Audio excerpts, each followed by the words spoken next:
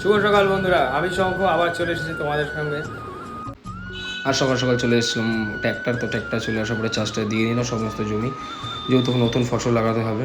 তো ট্র্যাক্টর চাষ দেওয়ার পরেই কাকারাও চলে আসলো কাজ করার জন্য। কাকারা চলে এসে এখন করতে লাগলো পিলি, যেহেতু নতুন উচ্ছে লাগানো হবে আমাদের এখানে, যে বর্ষার উচ্ছেটা লাগানো হয়, তো এই উচ্ছের জন্য পিলি কাটতে হয়, তো লাগানোর জন্য তো সেইগুলোই কাকারা কাটছিল।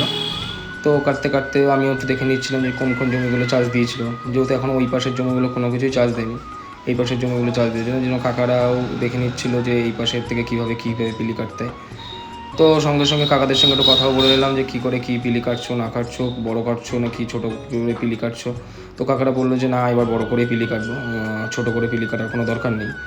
তো আমিও তার জন্য কথা বলে নিচ্ছিলাম যে কী করে পিলি কাটতে হবে। তো এর মধ্যেই তাড়াতাড়ি করে বাপন ফোন করলো, তো চলে আসলাম বাপনের সঙ্গে একটুখানি গায়ে ঘাটায়। তো গায়ে ঘাটায় এসে একটু আখের রস খেয়ে নিলাম গরমের মধ্যে। অবশেষে আমিও হাতে পেয়ে গেলাম আখের রস, তো আখের রস আমিও নিয়ে নিলাম এবং ওকেও বললাম যে তুইও নিয়ে নে। তো ও এবার এক গ্লাস আখের রস নিয়ে নিল। আখের রস খাওয়া দেওয়ার পরে দুজনে এবার ঘুরতে বেরোবো। এবার ঘুরতে বেরোনোর পরে বিভিন্ন জায়গায় ঘোরাটা হয়ে গেলে আমরা চলে গেলাম জলেশ্বর মন্দিরে। তো জলেশ্বর মন্দিরে গল্প টল্প করার পর আজকের জন্য ব্লগটা এখানেই শেষ করলাম।